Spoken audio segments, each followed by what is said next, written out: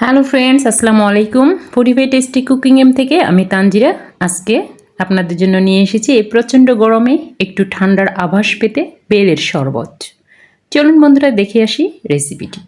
দুটো বেল নিয়ে নিয়েছি। বেল দুটো আমি একটা শক্ত জিনিসের সাহায্যে ফাটিয়ে নিব। তারপরে দেখুন দুভাগ করে নিব। একটা বোলের মধ্যে এগুলো আমি একটা চামচের সাহায্যে তুলে নিব। দেখতে পাচ্ছেন এইভাবে করেই সবগুলো বেল আমি অলরেডি তুলে নিয়েছি।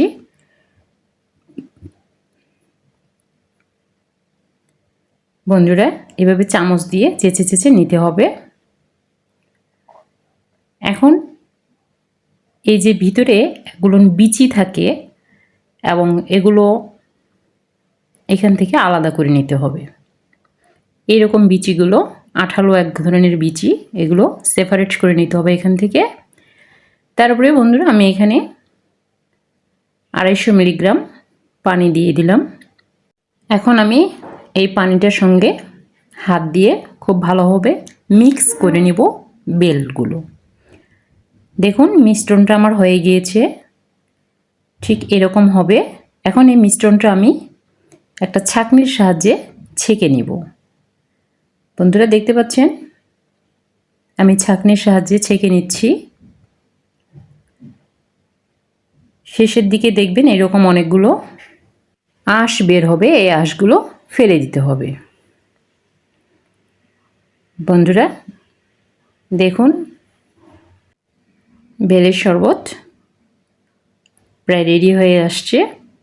আমি একটা বোলের মধ্যে ঢেলে দেখাচ্ছি। দেখুন আপনারা এইভাবেও খেতে পারেন, এর সঙ্গে একটু লবণ মিক্স করে, হালকা একটু লবণ এবং একটু চিনি মিক্স করে এটা খেতে পারেন। চিনিটা ততক্ষণ মিক্স করে নিতে হবে যতক্ষণ না চিনির দানাগুলো গলে যায়। চিনির দানাগুলো না গলা পর্যন্ত এটা মিক্স করতে হবে এবং এটা ফ্রিজে রেখে খেতে পারবেন। তবে বন্ধুরা আমি এর সঙ্গে 250 মিলিগ্রাম দুধ অ্যাড করে দিলাম। বেলের শরবত খুবই উপকারী, শরীরের জন্য খুবই উপকারী একটা জিনিস।